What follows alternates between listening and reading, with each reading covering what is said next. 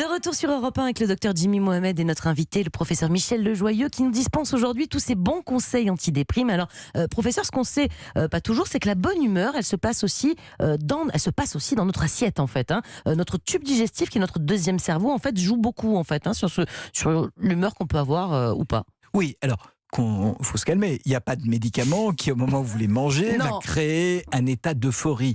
Mais on voit bien que les habitudes alimentaires déterminent la santé cardiovasculaire et elles déterminent aussi la santé des émotions. On s'est aperçu que certains aliments consommés régulièrement, qui sont plutôt des aliments qui vont faire travailler le tube digestif, le cornichon, la choucroute, les yaourts, qui vont plutôt stimuler le microbiote, sont corrélés dans des larges populations, à des niveaux plutôt inférieurs de déprime ou d'anxiété. Mais là encore, je ne voudrais pas aller vers le côté aliments, médicaments. Il y a une autre chose qu'on sait, c'est que les aliments très sucrés, ce qui va nous donner des pics de sucre, va vite être associé, après la prise de sucre, à une hypoglycémie et donc plutôt à un sentiment de malaise. Donc stop le sucre, par contre. Donc, pas stop le sucre, on va en prendre un petit peu, mais stop les grands shoots de sucre, notamment l'hiver, surtout si c'est dans un contexte de sédentarité.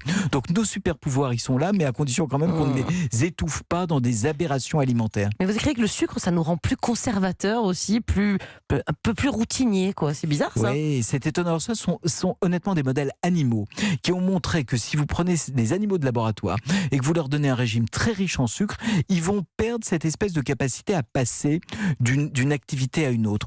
Donc, pas systématiquement du sucre, et là encore pas une fausse idée qui est que l'hiver ou l'automne sera un moment où on aurait absolument besoin de se jeter sur un chocolat le plus sucré possible. Jimmy ? Alors vous l'avez dit tout à l'heure, mais même si c'est pas des aliments, des aliments magiques et ni des médicaments, mais les cornichons, la choucroute, ça jouerait sur notre humeur si on en mange un peu plus ?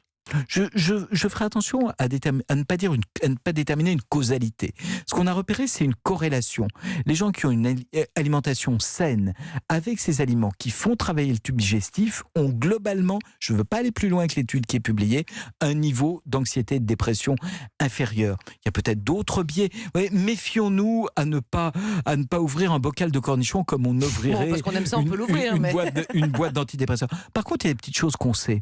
On sait que faire une expérience de pleine conscience devant un thé sur lequel on va se concentrer, avec peut-être des morceaux de fruits dedans, en prenant le temps de le préparer, en le buvant doucement, va absolument, avec le chaud de la boisson, vous faire une expérience de bonne humeur. Puis une dernière petite chose, quand vous tenez votre boisson chaude, quand vous avez vos mains autour du verre chaud, vous avez une vasodilatation des doigts. Cette vasodilatation envoie aussi un message positif au cerveau. Remarquez-le, quand vous attendez quelqu'un, vous l'attendez plus facilement avec une boisson chaude qu'avec une boisson glacée. Le temps passe plus rapidement avec une boisson chaude. C'est vrai, le temps passe aussi plus rapidement avec la musique, on va en parler. La musique qui fait du bien à notre morale. C'est assez intuitif comme conseil, ça. On se dit, je vais écouter de la musique que j'aime bien, ça va me rendre heureux. Mais il y a un morceau, je crois, donc vous en avez parlé dans ce livre, puis dans d'autres livres précédents. Il y a un morceau de Mozart qui a été identifié et qui a prouvé scientifiquement son efficacité sur notre morale. C'est la sonate pour 2 pianos Köchel 448. On va en écouter un petit extrait.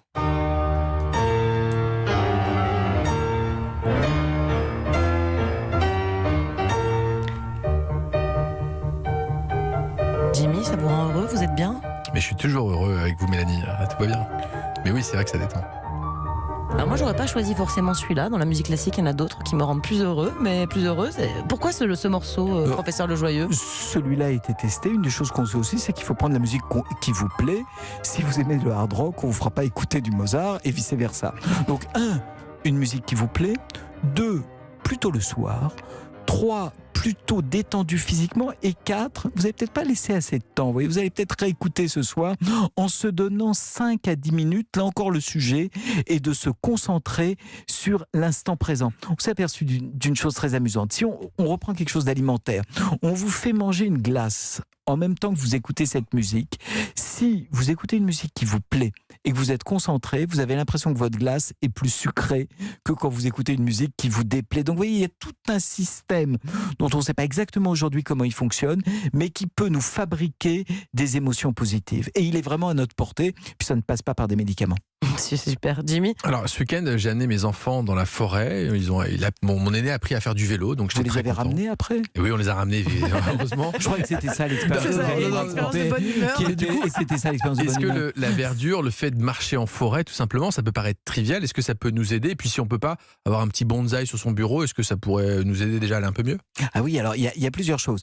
Il y a une étude anglaise étonnante qui montre que plus vous habitez dans une rue où il y a de la verdure, ce sont des statistiques, hein, moins vous avez tendance à consommer de psychotropes. Alors là aussi, il y a beaucoup de biais épidémiologiques. Voilà, Puis, moi j'habite juste à côté de deux forêts, donc je dois être hyper en vous, forme. vous êtes en totale forme, je vois bien là. En plus, je J'ai vous ai- arrêté de fumer, vous Voilà, imaginez, je vous vous ai savez, pas- vous m'avez je- félicité tout Ah à l'heure. ouais, non, ouais. vous êtes formidable, vous arrêtez de fumer. Alors, deuxième chose qu'on a découverte, c'est que quand on habite à des endroits où on va voir le ciel, voir du vert, ça fait du bien, peut-être par un effet neurobiologique de ces couleurs qui vont avoir un effet de stimulation émotionnelle. Ça veut dire quoi ? En pratique, très simplement, c'est la dernière partie de mon livre, je parle de l'alchimie.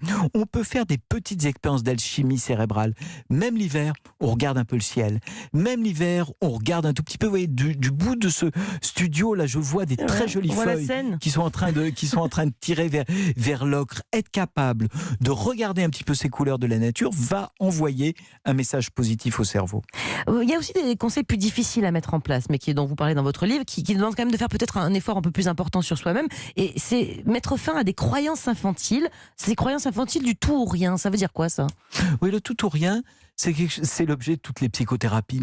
C'est ce qui nous fait du mal. Soit la femme ou l'homme qui partage ma vie, mais totalement dévouée, totalement inféodée et totalement parfaite. Mais ça n'existe pas dans la vraie vie. Soit je suis dans une totale rupture. Apprendre les nuances entre le tout et le rien. Apprendre qu'un ami, on peut le déranger quand on l'appelle. Apprendre que chacun d'entre nous peut, à certains moments, justement, être de bonne ou de mauvaise humeur.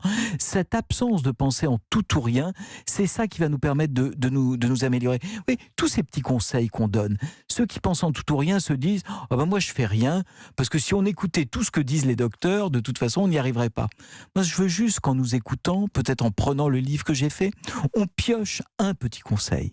Le plus facile, si on devait se rappeler de ce que dit Goethe disait, si vous voulez écrire un livre très long et très compliqué, commencez par le chapitre le plus facile. Commencez par ce qui vous paraît le plus accessible, le reste suivra. Et puis l'hiver, il fait froid. Bon, ça, on n'apprend rien à personne. Ça nous déprime du fait de la météo. Le fait de se cailler tous les matins quand on sort, ça ne nous rend pas très heureux. Mais vous dites que le chaud, c'est très important, mais pas juste le chaud. Le chaud, voire même le sauna. Ça, ces petits moments de très chaud, ça peut faire du bien. Alors là, c'est une vraie étude qui vient de sortir dans une excellente revue nord-américaine qui a comparé chez des déprimés la prise d'antidépresseurs et 30 minutes d'exposition à une forte chaleur qui augmente la température du corps. Vous savez, on rigolait effectivement des saunas et des choses comme ça. Et cette étude qui est toute nouvelle, qui demande à être confirmée évidemment, mais montre que 30 minutes de chaud, ça a un effet équivalent à celui des antidépresseurs sur l'humeur, y compris chez des gens déprimés.